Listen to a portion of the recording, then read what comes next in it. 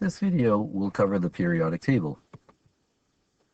So in the late 1860s, a Russian chemist named Dmitry Mendeleev organized known elements. He was looking for patterns in the properties, and when he placed elements in order of increasing atomic mass, he noticed that properties repeated in a pattern that allowed elements to be organized in a table, which eventually became known as the periodic table. So this is the big thing. Based on how the elements are organized, they are they have properties that will repeat every now and then, periodically repeat.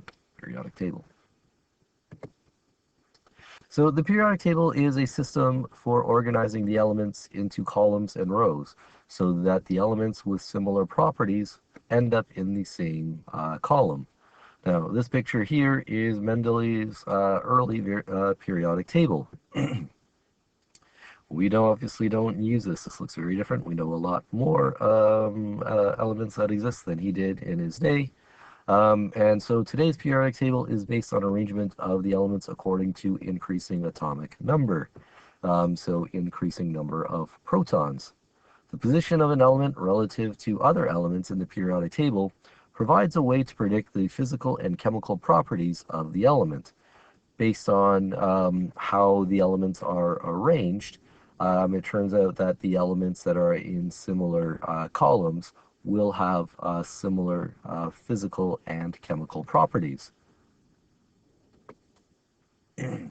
Now, there are many other attempts at organizing the elements into a table. So there's what's called the Janet periodic table, which organizes the elements very differently. There is the spiral periodic table, which still ends up placing elements with similar properties in these columns, but it does so in a very kind of spirally manner. Now, there's also the Lady Gaga periodic table, which only has a limited number of elements on there, and some of those symbols are not correct. There's also the periodic table of procrastination. So, it's not filled in yet, but hopefully will be at some point in the future. Now, the periodic table that we will study, and you'll have to actually know about, is divided into three main groups. There are metals, nonmetals, and metalloids. So we'll go through properties of each of these. So metals are located on the left-hand side of the periodic table, and how do we determine what is left and what is right on the periodic table? If you look at your periodic table, there is kind of these bolded lines that create this staircase that go down in between these series of elements. Now, elements to the left of that line, or left to that to the left of that staircase, are considered metals. The only exception is hydrogen, which is placed on the left due to kind of lining up with its column here, but is actually a non-metal. Now, they are usually, metals are usually solid at room temperature, and I say usually because there's always an exception, and the element mercury is that exception where it is a liquid at room temperature. All other metals are solid at room temperature. Metals are generally hard, shiny, malleable, and ductile. So hopefully you remember your physical properties here, because these are common traits to metals. So they can be rolled into sheets very easily, and they can be stretched into wires as well. They are also good conductors of heat and electricity. That's why we use them for wiring. Nonmetals are located on the right side of the periodic table, so to the right of that staircase is where we'll find nonmetals. And nonmetals are usually solid or gas at room temperature, but can be liquid as well. So they can be like all three states. It's not consistent. They are not shiny, not malleable, and they are not ductile. so like the opposite of metals. And then they are not good conductors of heat and electricity. So think like carbon generally is not a good conductor of electricity except in the form of graphite. But there's a little bit of an exception there. Now, the third group are the metalloids.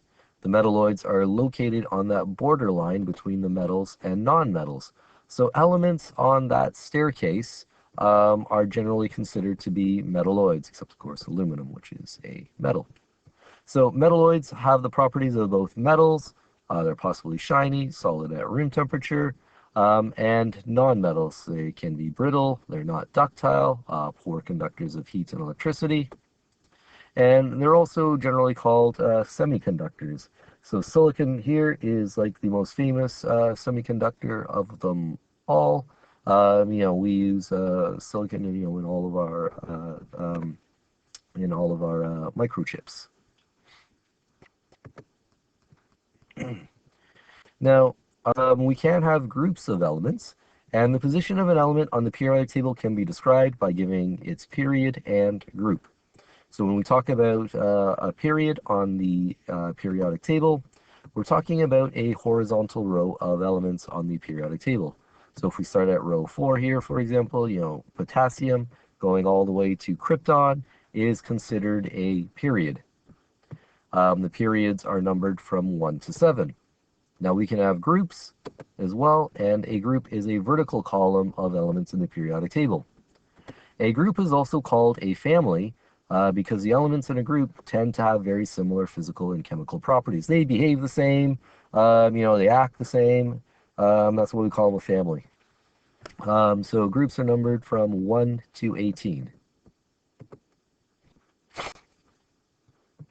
And so before we talk about the first group, the first family, when we say numbered 1 to 18 and 1 to 7, so if we look here just above each column, there is a number that indicates this particular or refers to a particular column on the periodic table. So we have 1 all the way through 18 in terms of columns.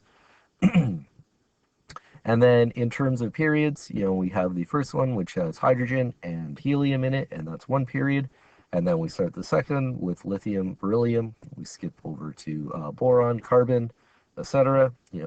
All the way through 6 and 7 here. So the first family that we'll talk about, or first group that we'll talk about, are the alkali metals. And I've just outlined the alkali metals here.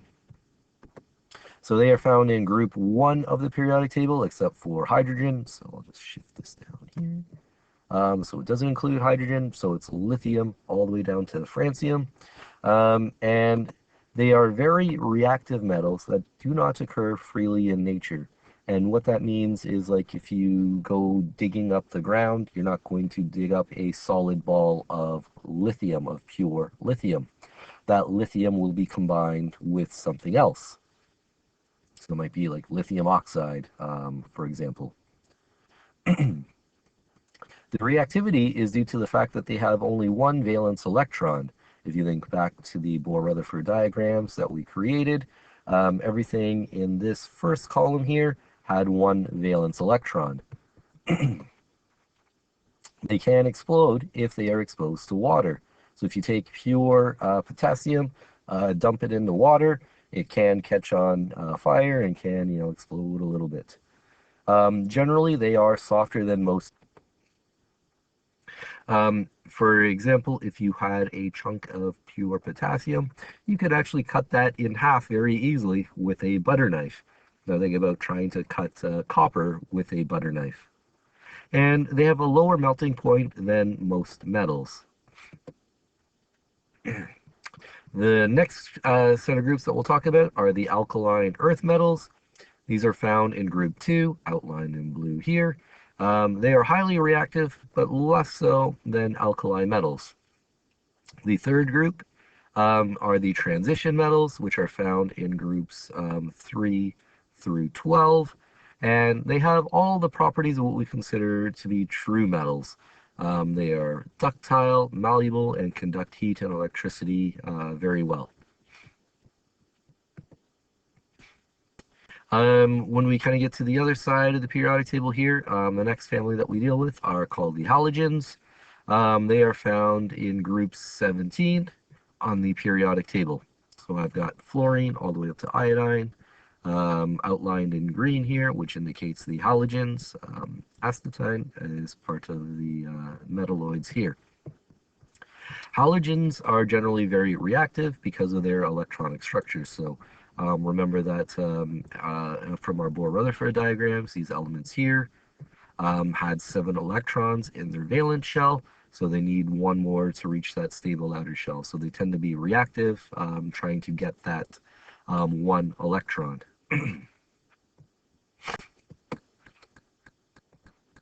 Now, in metalloids, they have both metal and non-metal properties, as we've talked about.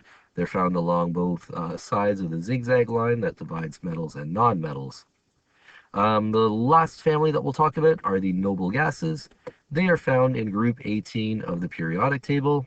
And if we go back a slide here, so this family here, this column here that is outlined in blue, are the noble gases. So from neon all the way down to, helium all the way down to radon are our noble gases. All noble gases are odorless, colorless gases at room temperature. They are very unreactive because they have full outer shells. If you recall from the Bohr-Rutherford diagrams that we created, those elements at the end there of each period had a full outer shell, just naturally, and these are our noble gases. They are also referred to as inert gases in that they do not react. Now we'll look at hydrogen. Hydrogen is grouped with alkali metals because it contains one valence electron. It is an odorless, tasteless, colorless, highly flammable gas, and almost all of Earth's hydrogen exists in combination with other elements. So we don't find hydrogen gas just like freely floating around in the atmosphere or around the Earth. So here is our periodic table, without any markings on it. Here's that blue line that represents the metalloids, that separates nonmetals from metals as well. And so, playing Tetris is basically how Dmitry Mendeleev completed his first periodic table. And, maybe something you can think about when you're playing Tetris in the future. Try to make your own periodic table from that Tetris game. So that is the end of this video for the periodic table.